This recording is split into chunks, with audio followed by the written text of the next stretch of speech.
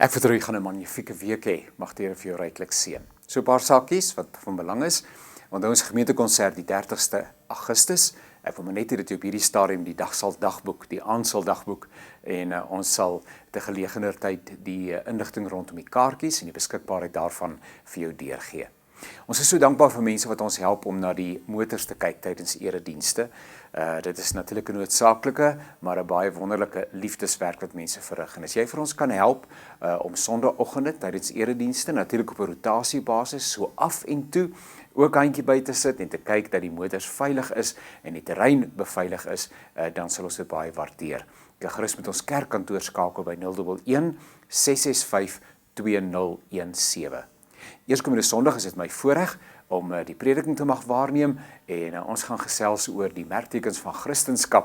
Ek weet hierdie dae waarin ons lewe is die term Christen wees is verdag. En mense dink nie baie van Christene nie, maar miskien moet ons net weer 'n keer gaan nadink oor wat is die merktekens, die kwaliteite van 'n Christen. En soos in die verlede weet ons dat die Here ons wonderlik gaan ontmoet. Ons begin ook hierdie week Sondag tot en met die volgende Vrydag, effektief eintlik tot die volgende Sondag met 'n gebedsweek.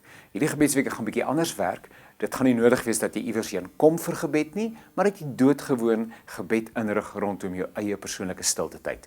Maar ons gaan vir jou by die deur 'n CD gee met pragtige, heerlike, baie bruikbare gebedsinligting wat jy weer 'n keer sommer in die motor kan luister en ook die tyd in die motor kan gebruik om te bid. Ou se oom ons nie toe te wees om te kan bid nie.